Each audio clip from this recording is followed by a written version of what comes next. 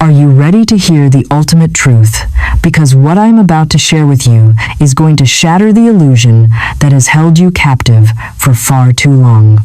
No one has ever dared to speak to you with this level of honesty because the world profits from your confusion and insecurity. You have likely spent nights staring at the ceiling, wondering where you went wrong.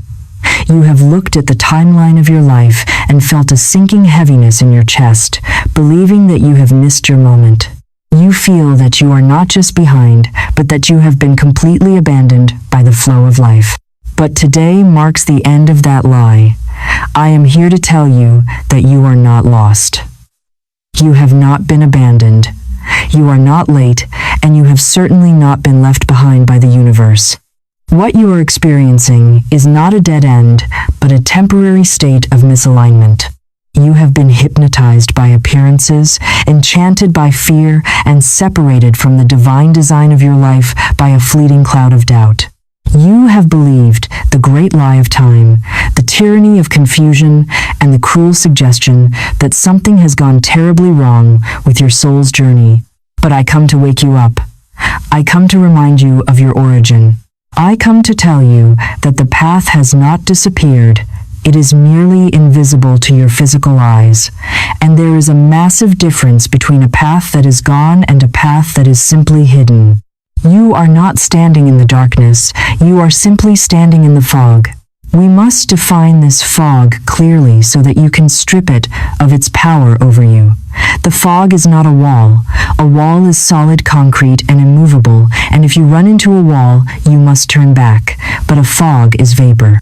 It has no substance, it has no solidity, it has no power to stop you unless you decide to stop yourself. The fog is simply a veil of appearances that descends when your human intellect tries to figure out the divine plan using only logic and fear. At the very moment you speak the truth, at the very moment you remember who you are, this veil begins to lift. You are never far from your answer, because the answer is not a destination you travel to, it is a frequency you return to. You are never off the plan, because the plan is written in the ink of spirit, which cannot be erased by human error. You are exactly one thought and one word away from divine clarity. I declare right now that the divine plan of your life cannot be lost. The map has not vanished from the universe. It is written within you, etched into your very soul, in the realm of the superconscious mind. Your path cannot be destroyed. It can be delayed by your fear. It can be obscured by your doubt. It can be hidden by your panic. But it can never be lost. The idea that you must figure this all out alone is the grand illusion that keeps you paralyzed. You look at your life and you say, I do not know which way to go, therefore there is no way. But that is the logic of the limited human mind. The divine mind sees the end from the beginning. To think you are lost is to believe that the infinite intelligence that created the stars and the oceans somehow lost track of you. Do you realize how impossible that is? You are an expression of the divine. Can a thought lose the thinker? Can a ray of sunlight lose the sun? You cannot be lost because you are not a separate entity wandering in a chaotic void. You are a specific point of focus within the divine mind. The feeling of being lost is simply the emotional feedback you get when you stop trusting your intuition and start trusting your eyes. When you walk by sight, you will always feel lost because the senses can only report what has already happened. They cannot show you what is coming. But when you walk by faith, you are connected to the intelligence that creates the path as you step. The metaphysical truth is that the path does not exist ahead of you like a paved road waiting for your arrival. The path is created by your agreement to move. Let us go deeper into this sensation you call being lost. It is heavy, isn't it? It feels like shame. It feels like everyone else has been given a script and you were forced to improvise. But I tell you that this discomfort is actually a sign of your awakening. You feel the friction because your soul knows you are meant for dominion, not for drifting. You feel the pain of the gap between where you are and where you belong because your spirit is trying to pull you back into alignment. If you were truly meant to be mediocre, you would be comfortable in your confusion. The fact that you are disturbed by this fog is proof that you belong in the clarity of the sun. You are not here to struggle, nor to wander in shame. You are here to speak, to command, to align, and to walk to the rhythm of the Spirit. The world has told you that if you do not see the result, you have failed. The world has told you that if you are not at a certain milestone, by a certain age, you are broken. But the spiritual law operates outside of human time. In the divine mind, there is no such thing as being late. There is only the ripeness of the moment. You have not wasted your years. Every detour taught you what you did not want, so that you could clearly define what you do want. Every moment of silence was a gathering of energy. You are like an arrow being pulled back against the bowstring. To the uneducated eye, it looks like you are moving backward. It looks like you are retreating from the target. But to the archer, it is clear that this tension is necessary for the propulsion that is about to happen. You have been standing in this fog, crying out for a map, but the map is not a piece of paper outside of you. The map is your own intuition, and it only reveals one step at a time. The reason you feel lost is that you are demanding to see the destination before you take the first step. You are negotiating with God. You are saying, "Show me the safety, and then I will walk." But the law says, "Walk, and then I will show you the safety." This is why we call this the Great Awakening. You are waking up from the coma of waiting. You are waking up from the paralysis of analysis. You are realizing that the fog is not there to stop you. It is there to test your trust. Will you move when you cannot see? Will you speak when you cannot hear an answer? Will you declare your victory when the scoreboard says you are losing? This is the initiation of the Master. The feeling of being lost is actually the threshold of your greatest discovery. You are being stripped of your reliance on external validation, so that you can finally learn to rely on the internal compass of the Spirit. When you say, "I am lost," you are actually affirming a separation from your source. You are using your word, which is your wand, to create a reality of isolation. But what if you change the definition? What if you decided right now that this period of uncertainty is not an error, but a sacred pause? What if the fog is not blocking you from your future, but protecting you from entering a season you are not yet ready to handle? Perhaps the path is hidden because if you saw the magnitude of what is coming, you would run away in fear. The divine mind is gracious. It reveals only what you can handle in the moment. So you are not in the dark. You are in the dark room, where your new image is being developed. You are not buried. You are planted. And the nature of a seed is that it must spend a season in the unknown before it breaks the soil and sees the light. You are in that season of breaking. The shell of your old identity is cracking under the pressure of your expansion. It hurts, and it is confusing, and it feels like the end, but it is actually the beginning of life. So I need you to stop looking at the calendar and panicking. I need you to stop looking at your bank account and trembling. Those are facts, but they are not the truth. Facts change. Truth stands forever. And the truth is that you are a child of the infinite. Your supply is not limited to your job. Your success is not limited to your past. Your future is not limited by your mistakes. The divine design of your life is intact. It is waiting for you to stop crying over the fog and start commanding the wind. You are about to learn how to use the power of your spoken word to blow this mist away. You are about to learn that you do not find the path, you make the path. You do not wait for the sun, you command the light. This is not just a motivational speech to make you feel better for an hour. This is a structural realignment of your consciousness. We are deleting the program of the victim and installing the program of the commander. The days of wandering are over. The days of wondering if you are good enough are finished. You are waking up to the reality that you are the operator of this spiritual technology. The fog is only as thick as your fear. The delay is only as long as your doubt, and the path is as close as your next bold decree. You are not lost. You are simply poised for the greatest comeback of your life, and it begins not with a change in your scenery, but with a change in your mind. The illusion is shattering right now. The reality of your divine purpose is pressing through. Take a deep breath and stand tall, because the fog is lifting and the road is rising to meet you. Now that you have awakened from the illusion of being lost and understood that the fog is merely a veil, we must discuss the instrument that lifts this veil. It is not enough to simply know that you are not lost. You must now take action to reveal the path. The tool you have been given for this purpose is something you use every single day, often without realizing its terrifying power. That tool is your word. You have heard the phrase, your word is your wand, but I want you to strip away the fairy tale imagery and understand this as a piece of high-precision spiritual technology. A wand is a tool of direction and focus. It is an instrument of jurisdiction. When a conductor stands before an orchestra, he holds a baton. Without the conductor, the instruments are present, and the musicians are skilled, but there is no music, there is only noise. The violins clash with the drums and the trumpets overpower the flutes. It is chaos.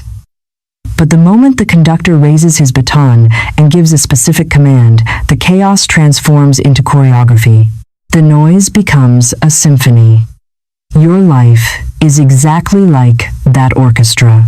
The infinite substance of the universe is waiting for your direction. The circumstances of your life are raw energy waiting to be formed. Without your conscious word commanding order, your life plays a chaotic tune of accidents, delays, and confusion.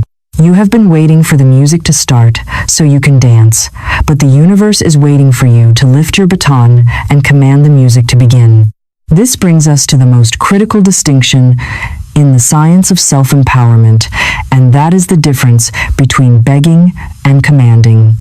Most people approach the divine power as beggars. They stand at the gates of their own life, holding out a cup of lack, pleading for things to get better. They say, please change this situation, or I hope something good happens, or why is this happening to me? They believe this is humility, but metaphysically, it is a declaration of doubt.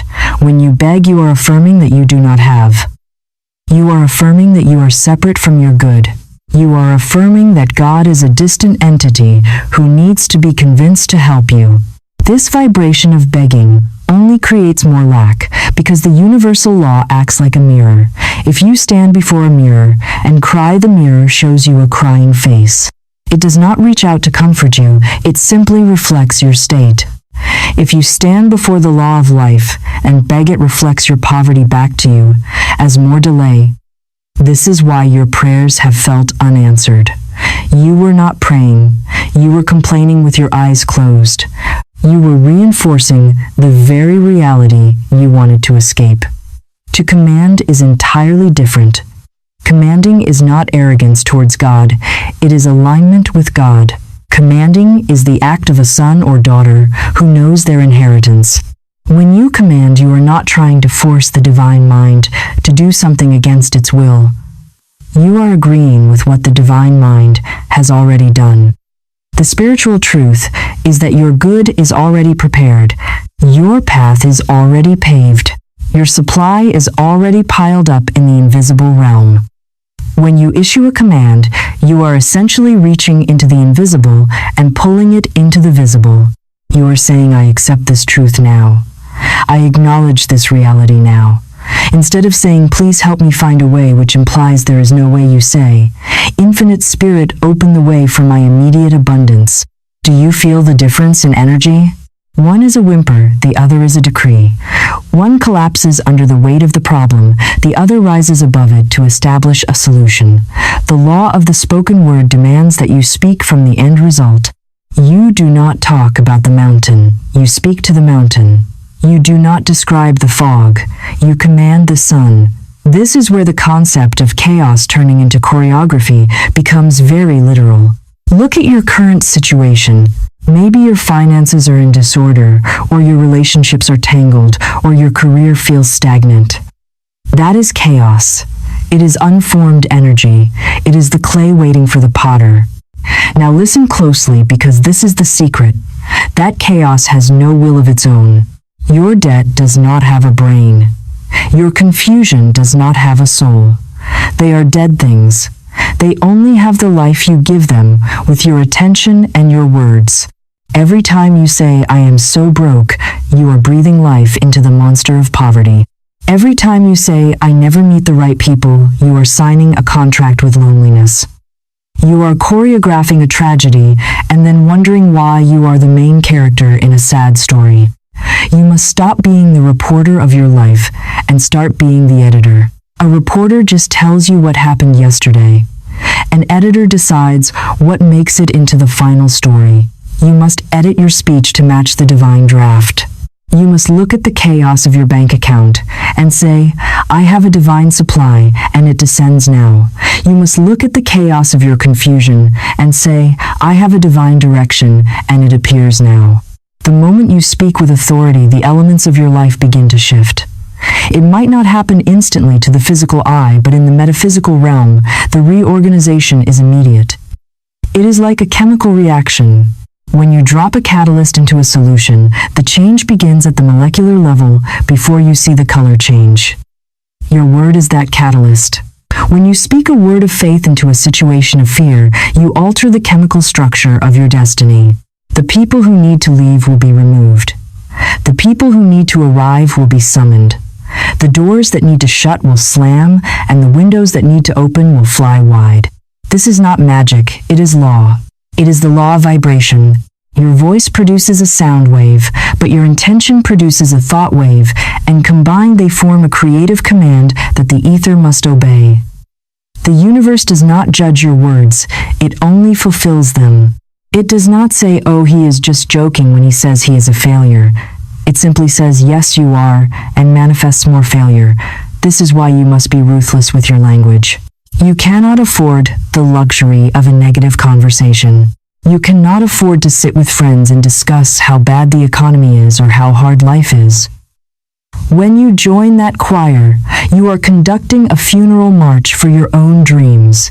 Your word is your wand also means your word is your light. We spoke in the first part about the fog. The only thing that can cut through a thick fog is a strong beam of light. Your declaration is that beam. It illuminates the next step.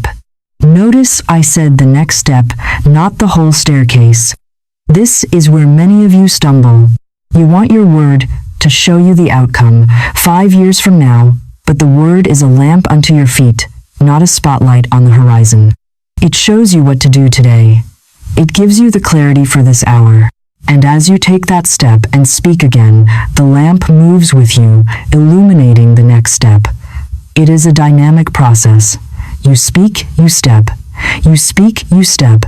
This turns the static chaos of being lost into the fluid choreography of movement. You are dancing with the divine. You lead with your intention, and the universe follows with its provision. But if you stop speaking, you stop the music. If you stop commanding, you stop the flow. The silence of the coward is the breeding ground for the fog. You must keep the rhythm of your commands going. So why must you command instead of beg? Because begging validates the illusion of separation while commanding validates the truth of oneness. When you command, you are standing in your true identity. You are remembering that you are an inlet and an outlet for divine activity. You are not a beggar on the street corner of the universe, you are a distribution center for divine power. Can you imagine a king begging for a glass of water in his own palace? It would be absurd. Yet that is what you do when you beg for peace or love or success. You are sitting on the throne of your life, acting like a peasant. The crown is already on your head, but your head is bowed in shame. Lift your head, pick up your wand, speak with the audacity of someone who holds the deed to the land.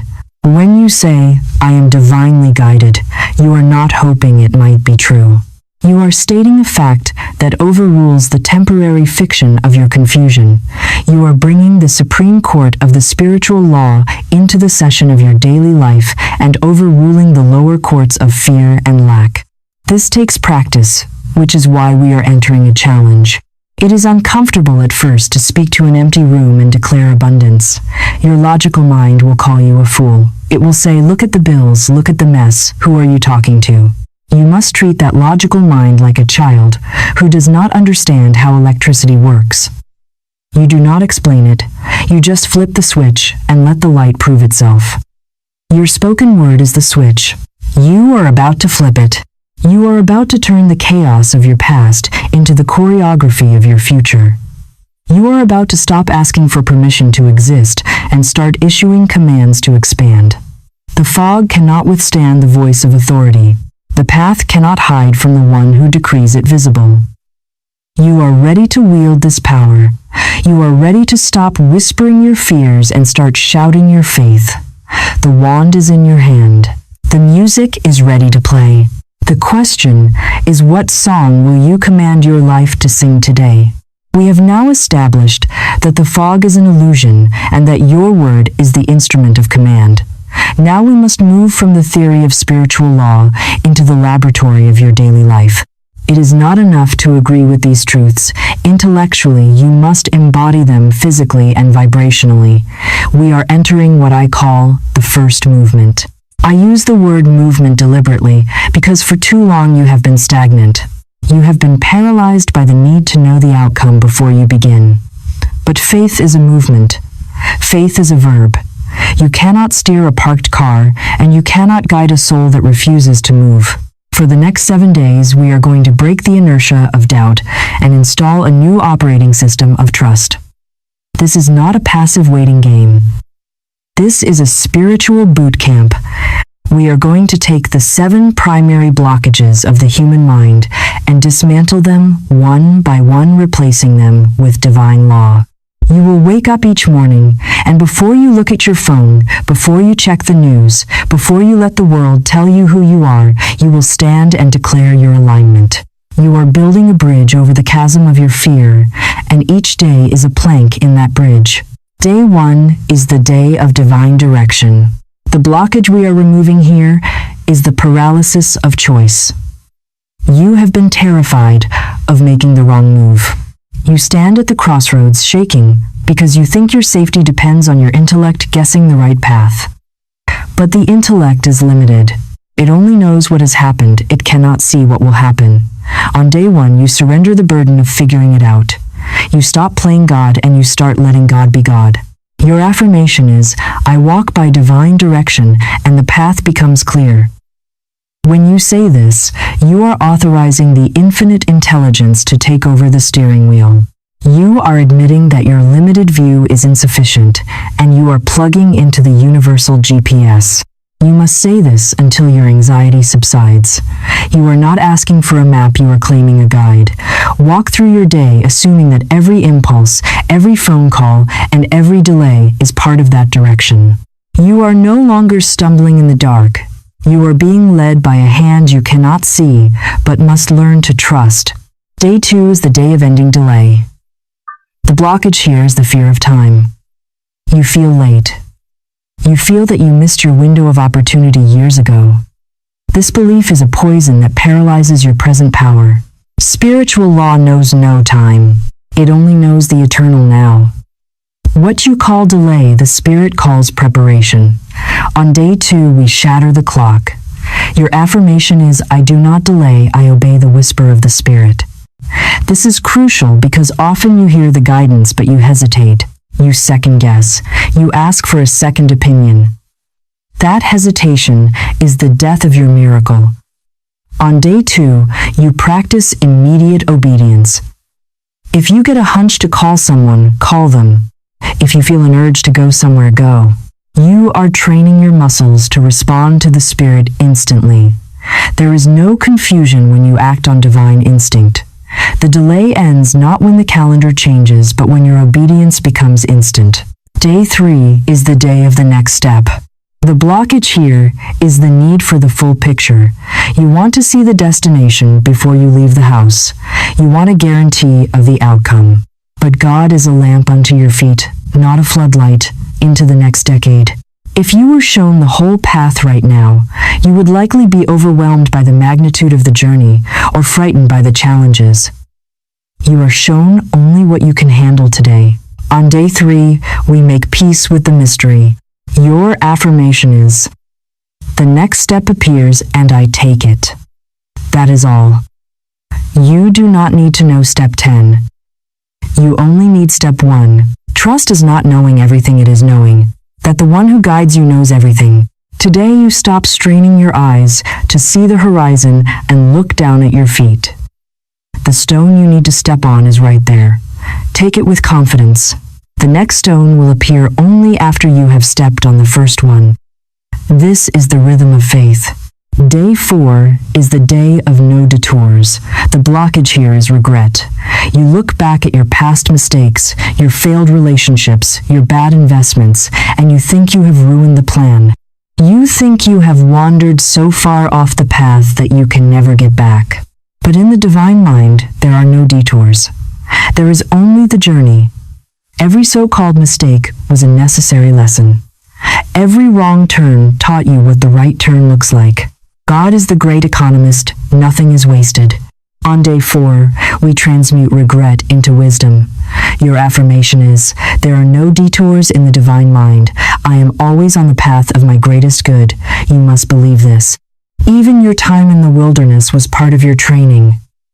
You were not lost, you were being forged. Stop cursing your past and start blessing it for bringing you to this moment of awakening. You are exactly where you need to be to launch the next chapter. Day 5 is the day of redirection. The blockage here is the pain of closed doors. You are still mourning the job you lost, the lover who left the opportunity that went to someone else. You are standing in front of a locked door banging your fists until they bleed, begging it to open. But that door is locked for your protection. If it had opened, it would have led you to a lesser destiny. On day 5, we let go. We stop fighting the closure and start looking for the opening. Your affirmation is, every closed door redirects me to something better. This is the law of substitution. The universe never removes something without having something superior to replace it. But you cannot receive the new while you are gripping the old. Today, you walk away from the locked doors. You dry your tears. You realize that the rejection was actually divine protection. You thank the door for closing because it forced you to turn around and see the greater door that has been waiting for you all along. Day 6 is the day of perfect order. The blockage here is frantic energy. You think that if you rush, you will catch up. You think that stress is a sign of productivity. But spiritual power is peaceful. It never hurries. The sun does not hurry to rise, yet it is never late. The seasons do not rush, yet they always change.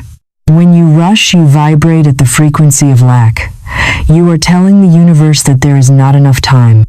On day 6, we slow down to speed up. Your affirmation is, I walk in perfect order. I move with grace. You are going to practice moving through your day without panic. You will wash the dishes with grace. You will drive your car with grace. You will speak with grace. This changes your vibration from a frantic beggar to a composed commander. When you are in alignment, you become magnetic. You do not chase the blessing chases you because you are finally standing still enough to be caught. Day 7 is the day of trusting the unseen. This is the graduation of the first movement. The blockage here is the addiction to sensory evidence. You say, I will believe it when I see it. But the spiritual law says you will see it when you believe it. This is the hardest day because your circumstances may look exactly the same as they did on day 1. The fog may still look thick. The bank account may still look low. This is the test. Do you trust the appearance or do you trust the principle? On day 7, we declare our independence from the visible world. Your affirmation is, I trust what I cannot yet see, and because I trust it manifests now. You are walking by the internal radar of the spirit. You hold the vision steady, even when the world contradicts it. This kind of trust is the substance that miracles are made of. It is the raw material that the universe uses to build your new reality. You are telling the universe that your faith is stronger than your fear. This 7-day movement is not a magic trick. It is a realignment of your soul's posture. You are shifting from a person who reacts to life into a person who enacts spiritual law. You are no longer a victim of the fog. You are the master of your attention. Each morning for these 7 days, you must treat these affirmations not as poems but as legal decrees. You are serving notice to your doubts that they have been evicted. You are serving notice to your potential that it is time to wake up. Do not skip a day. Do not mutter these words half-heartedly. Speak them into the mirror until you see the pupil of your eye dilate with conviction. Speak them until your voice stops shaking and starts commanding. You are building a momentum that nothing can stop. You are proving to yourself that the path was never lost. It was just waiting for you to walk it. By the end of these 7 days, you will not just feel better, you will be different. You will have established a new baseline of trust that will serve as the foundation for the deeper work that is to come. The fog is lifting not because the weather changed, but because you changed. You are ready to move. You are ready to trust. You are ready to see the path unfold, one miraculous step at a time.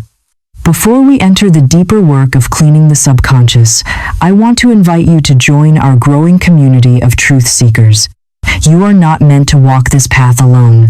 If this message is resonating in your heart, if you feel something within you waking up, subscribe now to this channel. Leave a like to help this video reach those who are still walking in the fog, and comment below writing which city in the United States or the world you are watching from. Your energy matters, and your commitment seals your intent. Now, let us go deeper into the purification of the mind. You have now spoken your return to truth and initiated the first movement of trust. But a deeper work must begin if this change is to be permanent. We must address the purification of the subconscious mind, because one does not install divine order in a temple filled with confusion. You might be speaking the new word with your conscious mind, but your subconscious mind is likely playing an old recording. It is playing the recording of your past failures, your childhood fears, and the collective panic of the world. It is time to clean the house. It is time to burn the false scripts. It is time to break the unconscious spell of feeling lost that has held you in bondage. You must understand the nature of the subconscious mind to master it. The subconscious is a faithful servant, but it has no sense of humor and it makes no judgments. It simply accepts what you have impressed upon it with emotion and repetition. For years you have walked around saying, "I am confused, I do not know what to do, I am worried about the future." You may have thought you were just venting, but you were actually programming a supercomputer. Every time you said, "I am lost," the subconscious mind took that as a command and said, "Very well, I will create more circumstances that make you feel lost." You have dug a deep groove of doubt in your mental atmosphere.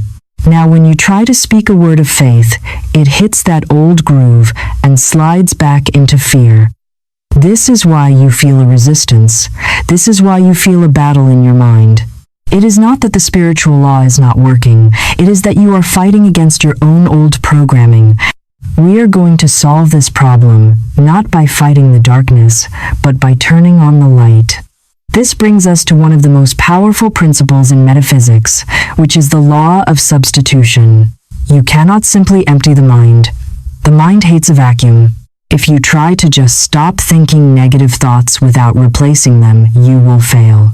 The more you try not to think about a pink elephant, the more you think about it. You cannot whip a thought out of your mind, but you can dismiss it by substituting it with a stronger one. This is the art of spiritual displacement.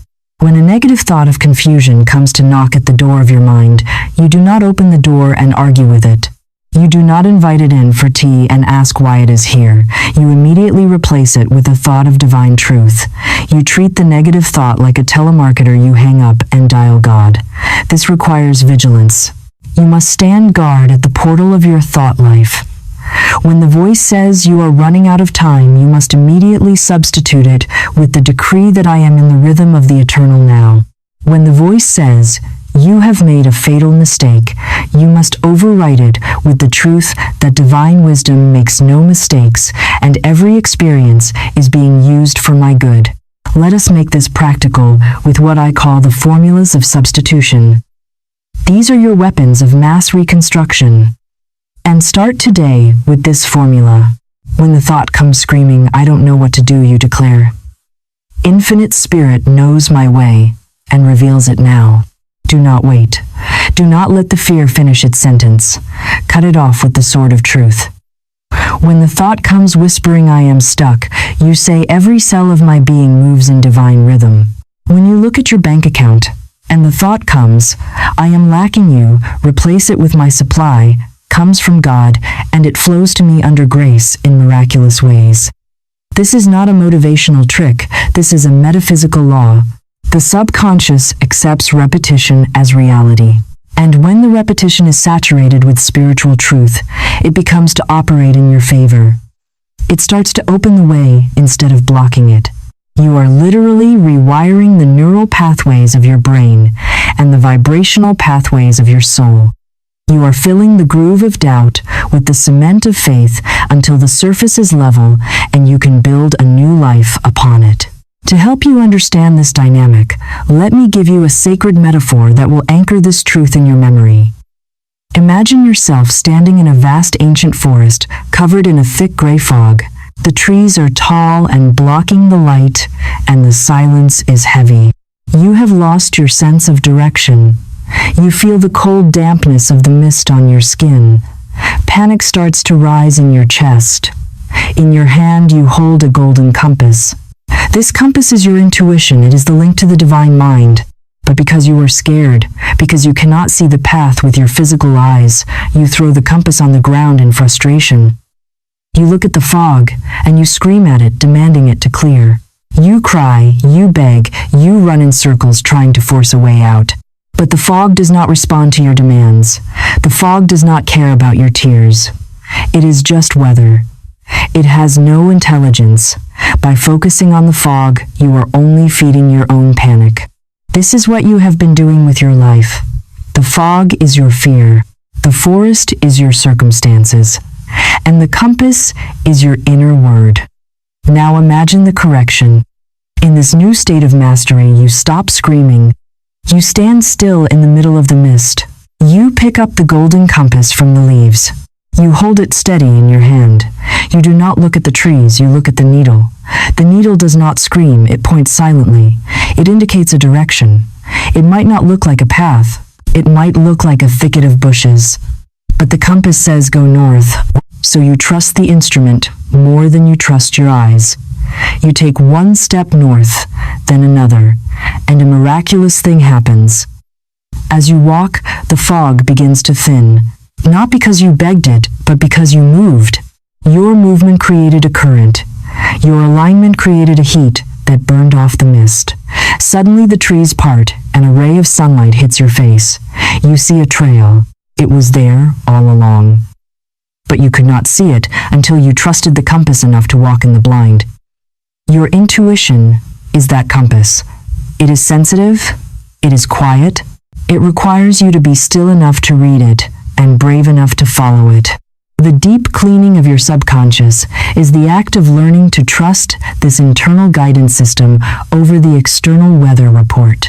This process of substitution is like peeling an onion.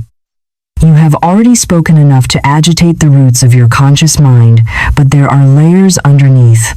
There are the roots of delay, the seeds of confusion, the dormant beliefs planted by fear long ago. They are waiting to be burned by the truth. You must be relentless. You cannot do this once on a Sunday and expect your life to change. You must do it every time a negative thought arises. It is a mental diet. If you were training for the Olympics, you would not eat junk food all day and expect to win gold. You are training for dominion. You cannot eat the junk food of fear and gossip and regret and expect to manifest a miracle. You must starve the fear and feed the faith. Every time you substitute a negative thought for a positive one, you are feeding your new identity. You are starving the old victim mentality. Eventually, the old self will die from lack of nourishment. It will simply fade away because you no longer give it your attention. Some of you will say, "But I still feel lost even while I am saying the affirmations." To you, I say feelings follow thoughts, not the other way around. You are waiting for the feeling to change before you change your thought. That is backward. you must change the thought first. You must persist in the new thought even when the old emotion is still screaming. Eventually, the emotion will have to align. It has no choice. The body is the servant of the mind. If the mind holds the vibration of truth, the emotional body will eventually calm down and reflect that peace. Do not wait for the emotion to surrender. Speak until it surrenders. Declare until the body aligns. Move until the mind goes silent. This is the discipline of the masters. This is the sacred art of reprogramming. Your reality is not built by what you feel in a moment of panic, but by what you repeat in your moments of power. So we are deep cleaning. We are scrubbing the walls of your mind with the soap of truth. We are tearing down the cobwebs of I can't, and it's too late. We are throwing out the furniture of I'm not good enough. And in this empty, clean space, we are installing the throne of dominion. We are inviting the King of Glory, which is your own higher self, to take residence. When the subconscious is clean, when it is aligned with the superconscious, it becomes a powerhouse. It works for you while you sleep. It attracts resources while you rest. It solves problems while you walk. It becomes the automatic pilot that steers you to your destiny without effort. But first you must do the work. You must apply the law of substitution. You must hold the compass. You must walk through the fog. And you must refuse to entertain any guest in your mind that does not bring a gift of peace and power. We have cleaned the temple of the subconscious, and we have armed you with the compass of substitution. But there is one persistent shadow that lingers in the corners of the human mind. It is the heavy and suffocating belief that you have run out of time. This is the part of the fog that feels the most real, because you have physical evidence for it. You look at the calendar, and it tells you that years have passed. You look at the mirror, and you see the lines of experience on your face. You look at your peers, and they seem to be miles ahead of you, living the life you dreamed of, while you feel stuck at the starting line. This comparison creates a spiritual paralysis. It whispers that your window of opportunity has closed. It suggests that you are damaged goods, that you are a late bloomer who bloomed too late to matter. But I am here to declare war on that lie. I am here to tell you that in the realm of the spirit, the concept of late does not exist. Time is a human invention, a tool for measuring the rotation of the earth, but it is not a tool for measuring the potential of your soul. The divine mind lives in the eternal now. To God 1,000 years are but a day. Therefore, you cannot be late for your destiny, any more than a wave can be late for the shore. You are arriving exactly when you are meant to arrive. Let us dismantle the anatomy of delay. You have been taught that delay is a punishment. You think that because things haven't happened yet, you must have done something wrong. You think God is withholding your good because you are not worthy. But I tell you that what you call delay, the law calls protection. Imagine a child who wants to drive a car. The father says no, not because he wants to punish the child, but because he loves the child. If the child were given the keys before he had the skill, he would destroy himself. Many of the things you cried for in your 20s would have destroyed you if you had received them then. You were not ready for the weight of that success. You were not ready for the responsibility of that relationship. The delay was not a denial. It was a time of divine curing. You were being seasoned. You were being strengthened. You were developing the character necessary to sustain the blessing that is coming. If you had received the kingdom before you had the character of a king, you would have lost the kingdom. So, look back at the waiting years, not with regret, but with gratitude. Say thank you for the time of preparation. Thank you for the silence that forced me to find my own voice. Thank you for the closed doors that kept me from entering rooms that were too small for my spirit. Now I want to speak directly to those of you who feel the anxiety of age.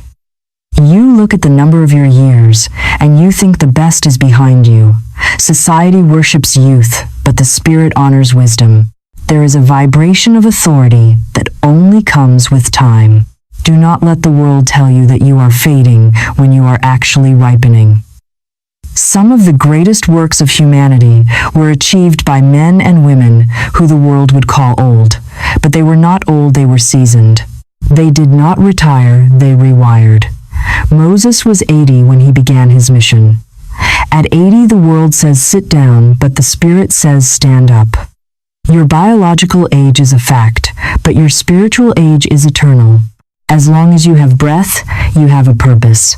If you are still here on this planet, it is because your assignment is not complete. Do not insult the Creator by thinking He left you here by accident or that He forgot to take you home. You are here because there is something you must say, something you must build, something you must become. The energy of the divine does not age. It renews itself. The moment you catch a new vision, the moment you speak a new word, your cells revitalize. Youth is not a time of life, it is a state of mind. Stop counting the candles and start counting the possibilities. Let me tell you about a woman from Paris who came to see me once. She was carrying the heavy burden of this very fog. She had the same corrosive feeling that it was too late for her. She was tired and uncertain. She had prayed for years for a specific opening in her career, and nothing had moved. She watched her friends rise while she remained invisible. She sat in my room and said, "Florence, I feel I missed my moment. I feel the train has left the station and I am standing alone on the platform." She was weeping the tears of the forgotten. I looked at her and told her what I am telling you now. Nothing good can be lost in the spirit. If it is yours by divine right, it must manifest. And if it is not yours, something greater waits behind the veil. The train you missed was not your train. It was a decoy. It was a distraction. I gave her a single affirmation to use as a battering ram against her regret. I told her to say, "What is mine cannot be taken from me. What is not mine will never satisfy me." She said it every day. She stopped looking at the clock and started looking at the law. She stopped comparing her chapter 1 with someone else's chapter 20. And soon the call came. The door opened, but it was not the door she expected. It was a door she didn't even know existed. It led her to a success far greater than the one she had mourned. She realized that if she had succeeded earlier, she would have settled for less. The delay was actually a divine setup for a grander entrance. You must understand that the divine plan always surprises, but it never goes out of alignment. That is the truth you must engrave now. I cannot lose my divine path because the divine path cannot lose me. Say it aloud until the chains of delay begin to crack. The appearance of "I missed the opportunity" is often just the silence before a perfect orchestration. Think of a master chess player. Sometimes he pauses for a long time before making a move. To the spectator, it looks like he is stuck. It looks like he doesn't know what to do. But in his mind, he is calculating a checkmate. He is rearranging the invisible possibilities. God is the grand master of your life. When the Spirit rearranges the chessboards, you might not understand the pause, but that pause is precision. Apparent stillness is not absence, it is recalibration. Do not fear the stillness. Do not fight the silence. Instead, reprogram your interpretation of it. Today, install this rhythm in your mind. Nothing is missing. Nothing is wasted. Nothing is lost in the divine mind. Every delay serves my alignment. Every silence is sacred preparation. This is not consolation, it is correction. You must correct the internal language that sabotages your atmosphere. You have been running a race against a phantom. You are competing with a version of yourself that doesn't exist. You think you should be further ahead, but ahead of whom? Ahead of what? You are exactly where your consciousness has brought you, and you can move forward only from here. Regret is a heavy anchor. You cannot sail forward while dragging the anchor of what if. Cut the chain. Forgive yourself for the time you think you wasted. Forgive yourself for the decisions you made when you didn't know better. You did the best you could with the light you had. Now you have more light, so you will do better. The Spirit does not hold grudges. The Spirit does not keep a scorecard of your failures. Every morning is a clean slate. Every breath is a new beginning. You can start a new life at 18 or at 80, it makes no difference to the law. The law only asks for your alignment now. It does not ask for your resume. It does not ask for your past. It asks for your faith. So I want you to stop acting like a victim of time. Stop speaking as if your best days are memories. Your best days are visions waiting to be materialized. The divine timing of your life is perfect. It is not slow. It is not fast. It is rhythmic. The sun is not late when it sets. The moon is not early when it rises. They are in rhythm. You are part of nature. You are part of the cosmos. You have a rhythm. Find your rhythm and stop trying to dance to the world's chaotic beat. When you relax into your own timing, everything becomes easier. The struggle disappears. You stop forcing doors and you start finding keys. You stop chasing people and you start attracting souls. This is the dignity of the spiritual walker. You walk with your head high, knowing that what is yours is making its way to you with the certainty of a law of physics. It cannot miss you. It has your address. It has your vibration. All you have to do is stay home in your high vibration to receive it. If you go out looking for it in fear, you will miss the delivery. Stay in faith. Stay in trust. Stay in the knowing that you are not late, you are not left behind. You are simply being prepared for a reveal that will make sense of every second of the wait. The timing is divine. The plan is perfect. And you are the beloved child for whom all this has been prepared. We have arrived at the hour of settlement. We have spent the first movement building your trust and cleaning your subconscious mind, but now we must move from the internal laboratory to the external battlefield. You have spoken the truth, and you have broken the lie, and you have reprogrammed the fog, but the spiritual law is not satisfied only with hearing. It demands action. It demands a physical demonstration of your spiritual conviction. You cannot sit in a chair and affirm abundance while your feet are walking towards failure. You cannot declare health while your actions prepare for sickness. We are entering the second move, which consists of 14 days of absolute dominion and decisive action. This is where the rubber meets the road. This is where the word becomes flesh. You have been waiting for the world to change so you can move, but the law says you must move so the world can change. Faith without steps is fantasy, and dominion without application is dormancy. So I ask you now, will you walk as one who knows, or will you shrink back as one who is still waiting to be commanded? You must speak with your feet, you must speak with your time, you must speak with your silence, and you must speak with your choices. For the next 14 days you are under a spiritual prohibition. You no longer have permission to speak doubt. You no longer have authorization to repeat confusion. It is strictly forbidden for you to say again that you are lost because you are no longer the one who asks. You are the one who commands. This is your challenge, and it is not for the faint of heart. It requires you to be vigilant every waking hour. You are going to fast from negativity. Just as you would fast from food to cleanse the body, you are going to fast from fear to cleanse the destiny. If a thought of worry comes, you will not voice it. If a complaint rises in your throat, you will swallow it. You will not give the devil of doubt a microphone. You will starve the old identity to death by denying it the oxygen of your attention. This is how you bury the old self. You do not hold a funeral, you simply stop feeding it. You stop telling its stories. You stop reliving its traumas. You stop identifying with its limitations. That version of you that was lost and confused is dead, and we are leaving it in the grave of yesterday. Your daily routine must now become a ritual of dominion. Every morning before the noise of the world enters your mind, you must establish your jurisdiction. Most of you wake up and immediately surrender your power to a screen. You check the news and let the world terrify you. You check your messages and let other people dictate your mood. You check your bank account and let the numbers tell you what you are worth. This stops today. For the next 14 days, you do not scroll. You do not react.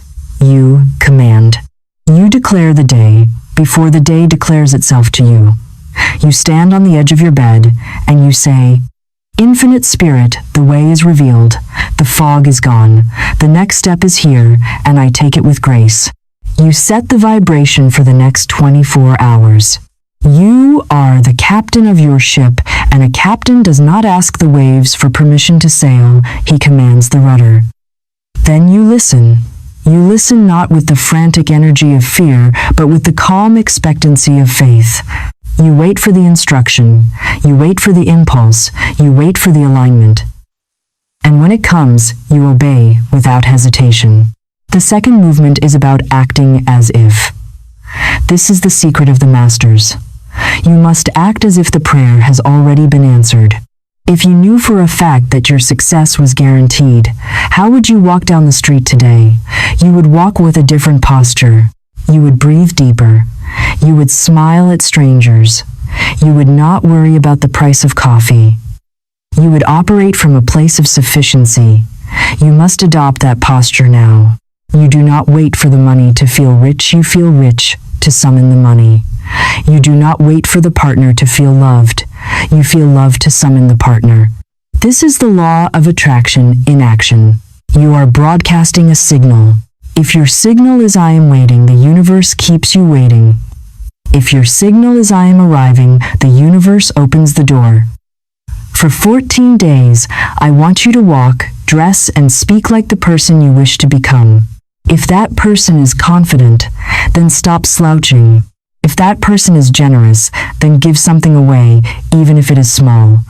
If that person is peaceful, then stop rushing. You are wearing the costume of your future until it becomes your skin. We must also purify your vocabulary because your words are the bricks with which you build your house. There are words that are strictly banned during this 14-day challenge. You will no longer say, "I am trying." Trying is a noise.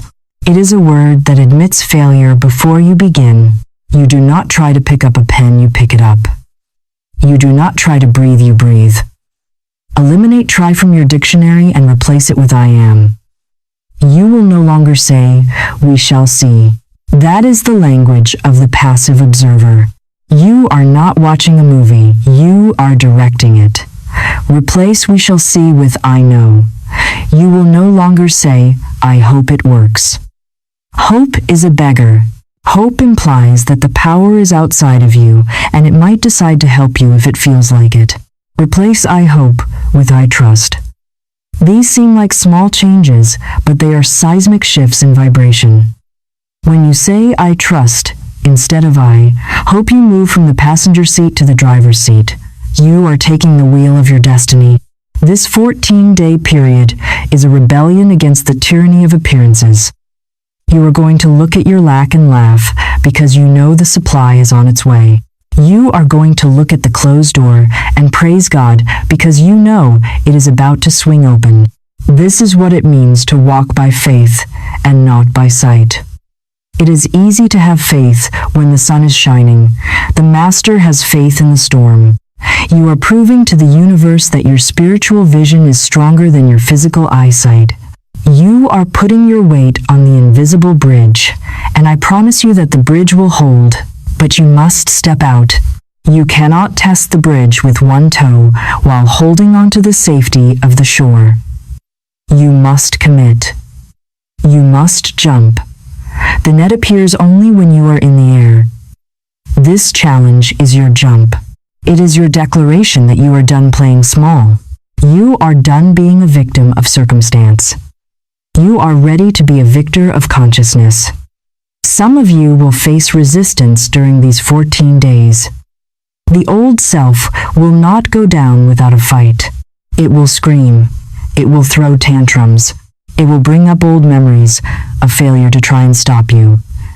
It will make you feel tired. It will make you feel foolish. This is normal. It is called an extinction burst. It is the last gasp of a dying pattern. When this happens, do not be afraid. Recognize it for what it is. It is a sign that you are winning. It is a sign that the new you is pushing out the old you.